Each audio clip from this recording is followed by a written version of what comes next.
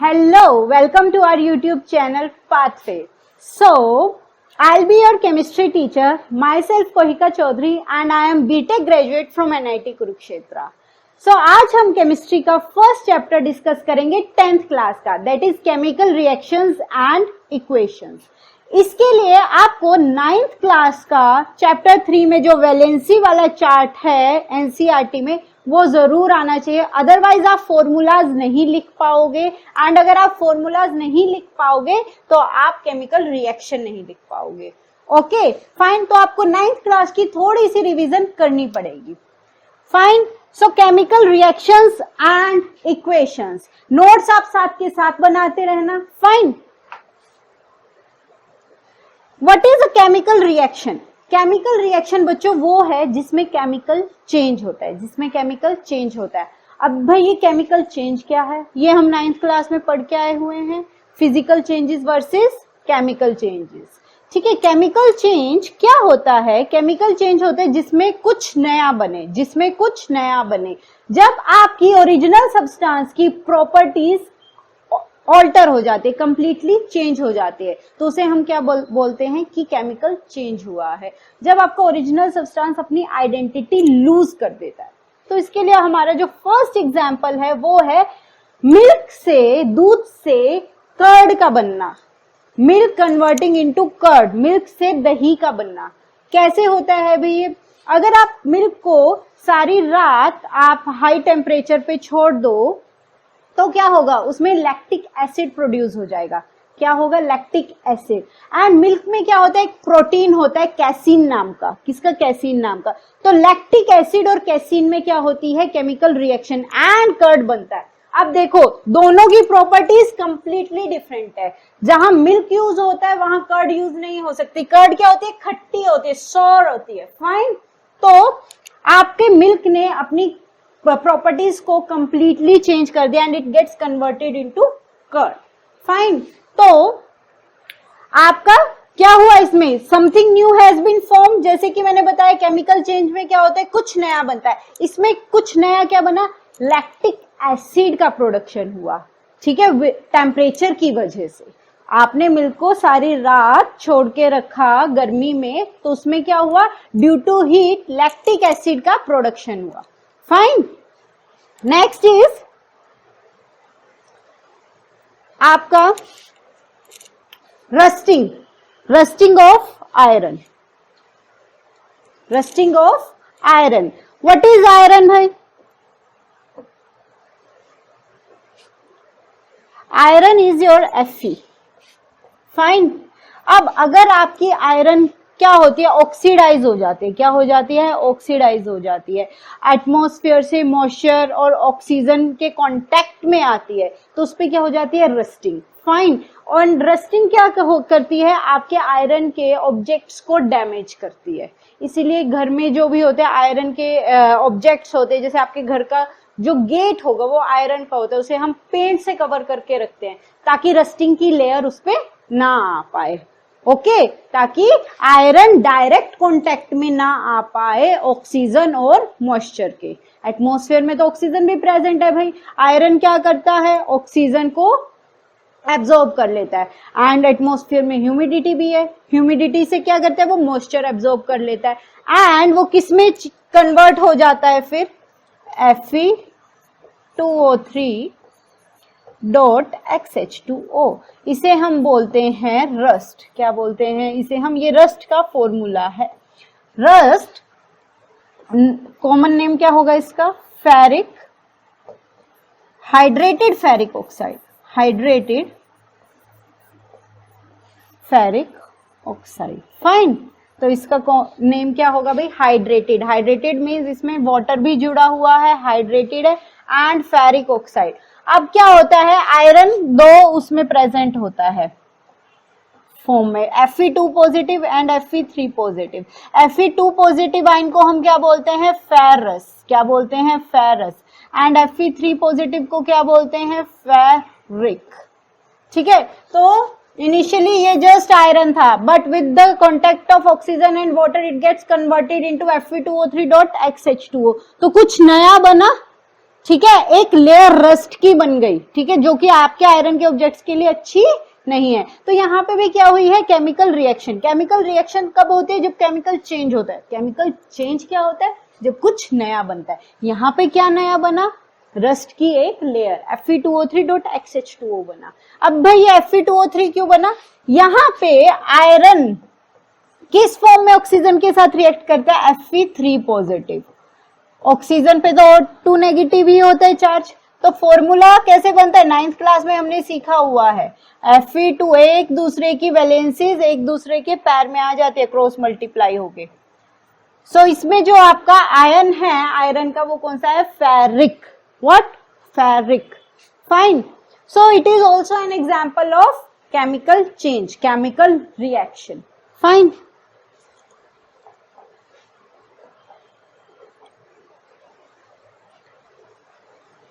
Next is grapes से wine का बनना। ग्रेप्स से वाइन का बनना।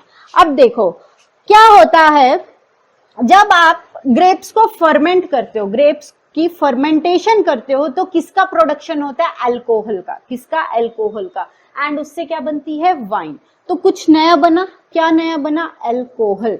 एंड दोनों की प्रॉपर्टीज कंप्लीटली डिफरेंट है। फ्रूट्स हमें डेली खाने चाहिए, but we should not consume all such things. ठीक है, alcohol is not good for our health. Fine.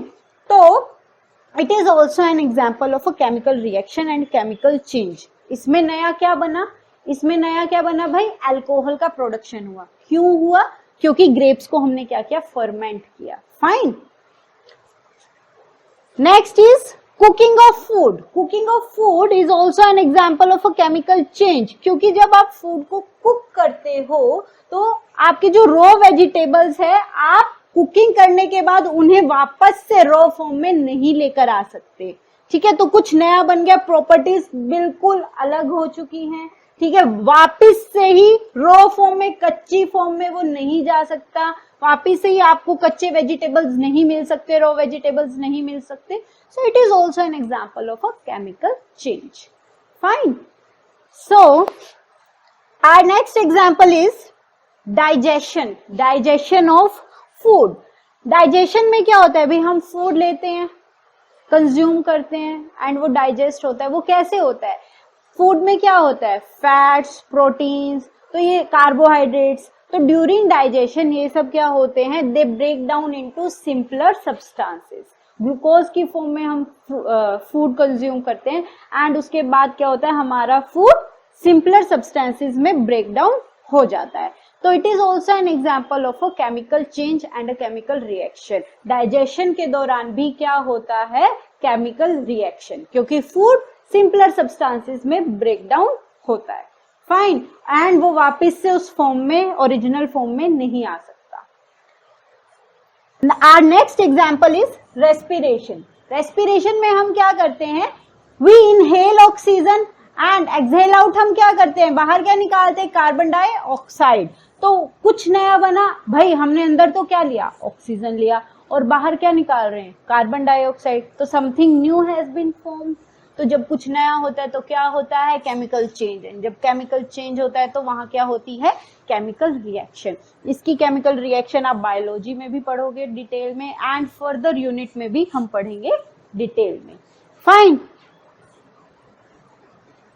सो इन सब सिचुएशंस में बच्चों क्या हुआ है, इन सब सिचुएशन में आपकी इनिशियल सब्सटेंस की, ओरिजिनल सब्सटेंस की आइडेंटिटी, प्रॉपर्टीज कंप्लीटली चेंज हो गई है। तो कुछ नया बना है, केमिकल चेंज हुआ है एंड केमिकल रिएक्शन हुई है। Whenever a chemical change occurs, we can say that chemical reaction has taken place. जब भी केमिकल चेंज होगा तो केमिकल रिएक्शन होगी। ठीक है, और केमिकल चेंज कब होता है, जब कुछ नया बनता है। अब इतने एग्जाम्पल्स देखने के बाद ये चीज आपके माइंड में, ब्रेन में बैठ जानी चाहिए कि कुछ नया बनेगा, और वो जो कुछ नया बनता है ना, उसे हम केमिकल रिएक्शन की फॉर्म में क्या बोलते हैं, product.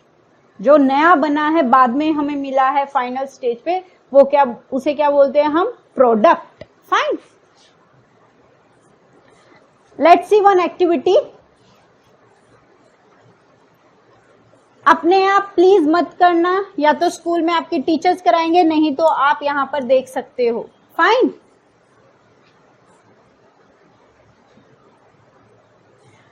We will take a magnesium ribbon.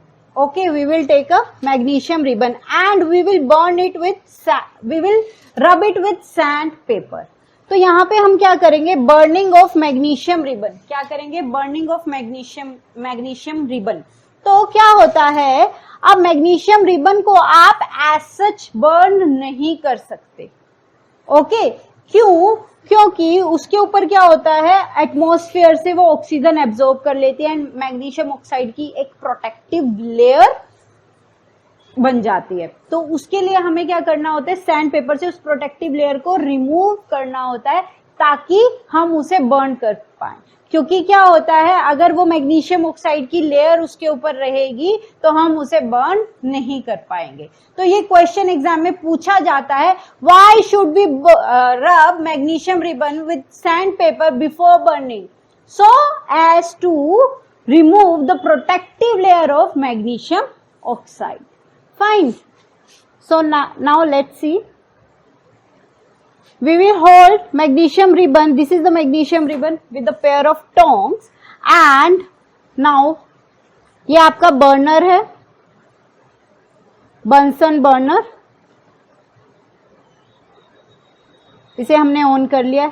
C what will happen, flame का कलर चेंज हो गया। The colour of flame has been changed, it is burning with dazzling white flame. ये पूछा जाता है एग्जाम में कि आपकी जब आप मैग्नीशियम रिबन को बर्न करते हो तो फ्लेम का कलर कैसा हो जाता है, you will say dazzling white. Okay, आप देखो, it will get converted into a white colour powder, white colour powder. तो something new has been formed. Okay, तो अगर आप मैग्नीशियम रिबन को बर्न करते हो तो कुछ नया बनता है एंड वो नया क्या है, ये व्हाइट कलर का पाउडर, एंड इसका नाम क्या होता है, मैग्नीशियम ऑक्साइड। सी केमिकल रिएक्शन क्या होगी, मैग्नीशियम इज Mg। अब उसने क्या किया, बाहर से ऑक्सीजन तो प्रेजेंट होगी भाई, यहाँ पे आप ऑक्सीजन की प्रेजेंस में उसे क्या कर रहे हो, हीट।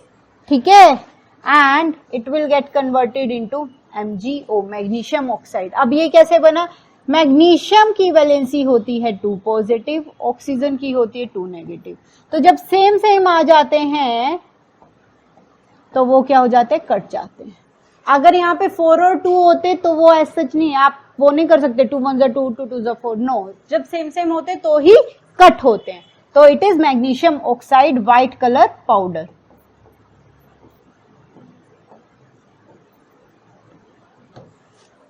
फाइन। तो ये कलर आपको लर्न होना चाहिए, जो जितने भी कलर मैं आपको रिएक्शंस में बताऊंगी इस चैप्टर में वो आपको लर्न होने चाहिए। Fine fine.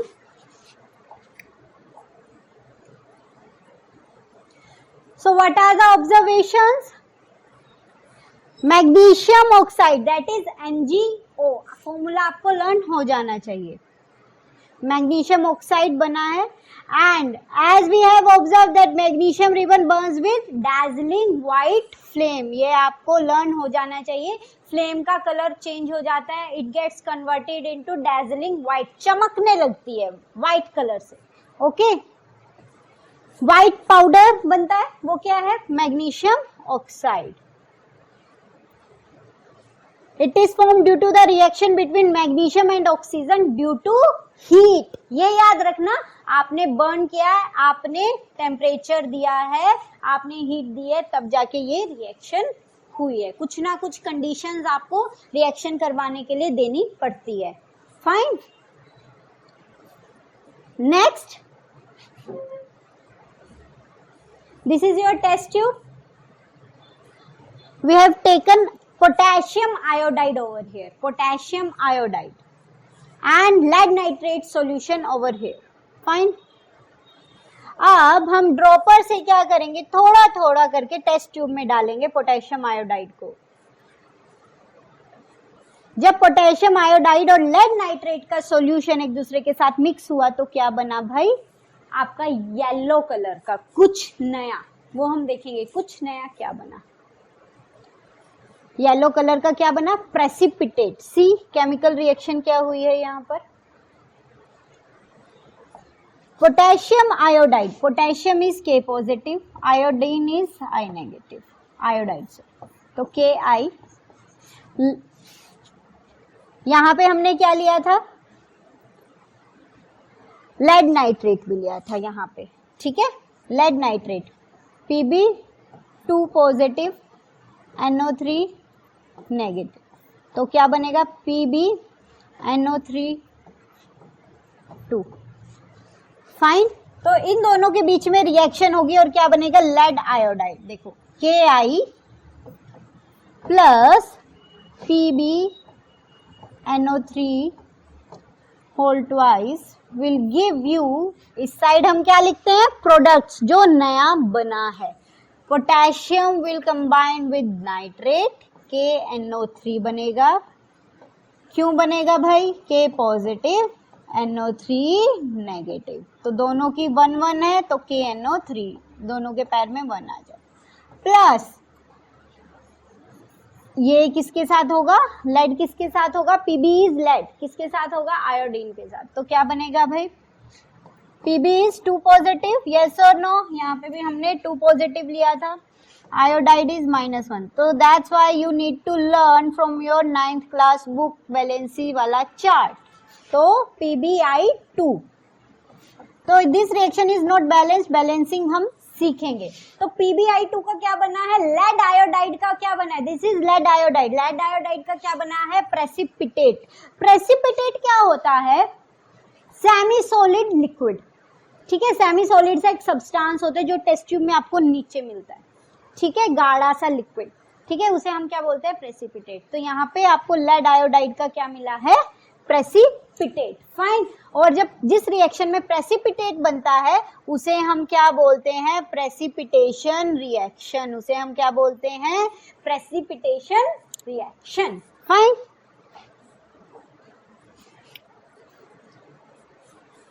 Next, this is your conical flask, these are your zinc granules, ये क्या है आपके जिंक ग्रेन्यूल्स, जिंक के छोटे छोटे टुकड़े, जिंक ग्रेन्यूल्स। वो है आपका डाइल्यूट सल्फ्यूरिक एसिड, ठीक है, H2SO4 इज सल्फ्यूरिक एसिड। अब इसमें क्या होगा, ड्रॉप बाय ड्रॉप आप सल्फ्यूरिक एसिड को कॉनिकल फ्लास्क में डालोगे ताकि जिंक के साथ उसकी रिएक्शन हो पाए। तो आपने क्या लिया, स्टार्टिंग में जिंक लिया और H2SO4 लिया, उससे क्या होगा, अब देखो यहाँ पे आपने कॉर्क फिट कर दी एंड एक गैस इवॉल्व हुई, ठीक है, ये आपको दिख रही होगी, क्या हुआ है, गैस के बबल्स दिख रहे हैं, एक गैस इवॉल्व हुई, वो कौन सी हुई है, लेट्स सी। स्टार्टिंग में क्या लिया, original substance zinc Zn and H2SO4, फिर क्या बना भाई, जिंक और सल्फेट आयन कंबाइन करेंगे, Zn 2 पॉजिटिव SO4 2 नेगेटिव, जब सेम सेम होते हैं तो क्या होता है, कट जाते हैं, ZnSO4 बनेगा, ZnSO4 प्लस ये क्या है, H2 hydrogen gas as it is release होगी। तो इस रिएक्शन में आपसे पूछा जाएगा ये जो गैस रिलीज हो रही है, यहाँ पे जो बबल्स दिख रहे हैं, ये कौन सी गैस के हैं, that is of hydrogen gas, इसमें क्या हुई है, हाइड्रोजन गैस लिबरेट हुई है, फाइन।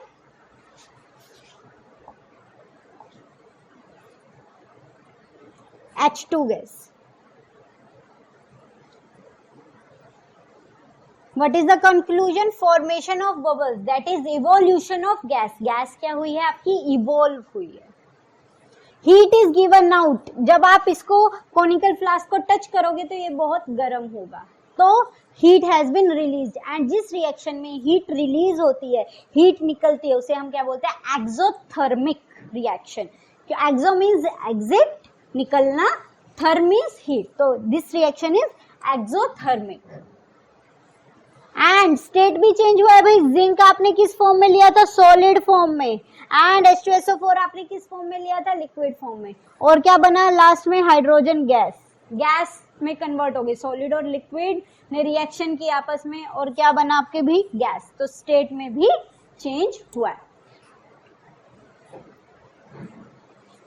तो आपने ये जो हमने 3 एक्टिविटीज की उनमें हमने क्या क्या ऑब्जर्व किया, चेंज में स्टेट हुआ, अभी स्टेट में चेंज हुआ, जैसे कि हमने अभी देखा जिंक और H2SO4 की रिएक्शन से जिंक हमने किस फॉर्म में लिया, सॉलिड, H2SO4 हमने किस फॉर्म में लिया, लिक्विड, लास्ट में क्या आया भाई, सब कुछ होके गैस, तो स्टेट में क्या हुआ, चेंज। फाइन।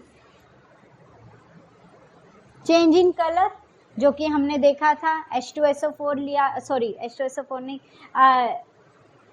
लेड नाइट्रेट और पोटेशियम आयोडाइड का जो सॉल्यूशन की हमने रिएक्शन करवाई थी उसमें क्या हुआ था, लेड आयोडाइड का येलो कलर का प्रेसिपिटेट बना था। तो चेंज में भी, कलर में भी चेंज हुआ है। फाइन। गैस इवॉल्व हुई, जिंक प्लस H2SO4 वाले उसमें evolution of gas, hydrogen gas evolve हुई है। Fine. Change in temperature, temperature zinc और H2SO4 वाले एग्जाम्पल में क्या था, आपका कोनिकल फ्लास्क क्या हो गया था, हीट हो गया था, गर्म हो गया था, तो हीट रिलीज हुई थी। उन रिएक्शंस को हम क्या बोलते हैं जिनमें हीट रिलीज हो, एक्सोथर्मिक रिएक्शंस। फाइन। तो जहां पे भी आपको ये चीजें दिखे ना तो आप वहां पे कह सकते हो कि हमारी केमिकल रिएक्शन हुई है। ठीक है, तो केमिकल रिएक्शन को देखने के तरीके क्या है, इंडिकेशंस क्या है कि केमिकल रिएक्शन हुई है, these all are the indications कि केमिकल रिएक्शन हुई है। अगर गैस इवॉल्व हो जाए, फाइन, अगर टेम्परेचर चेंज हो जाए, कभी बिल्कुल गर्म हो जाए एकदम से और एकदम से ठंडा हो जाए कुछ, तो वहां पे भी केमिकल रिएक्शन हुई है। कलर में एकदम से चेंज आ जाए, ठीक है, स्टेट में चेंज आ जाए, तो these all are the indications that your chemical reaction has taken place. Fine. And one more, formation of precipitate. Fine. Precipitate भी हमने देखा, प्रेसिपिटेट क्या होते हैं, आपका टेस्ट ट्यूब में आपको सेमी सॉलिड लिक्विड मिलता है, गाढ़ा सा लिक्विड आपको टेस्ट ट्यूब में नीचे मिलता है। ठीक है, अगर वो भी मिले तो क्या होता है आपकी, this is also an indication that chemical reaction has taken place. Fine. So आज के लिए इतना ही। फाइन। आई होप आप लोगों को समझ में आया होगा basic introduction chemical reactions and equations की। नेक्स्ट क्लास में हम मॉड्यूल 2 करेंगे। Fine. And please do like, share and subscribe to our YouTube channel. Thank you.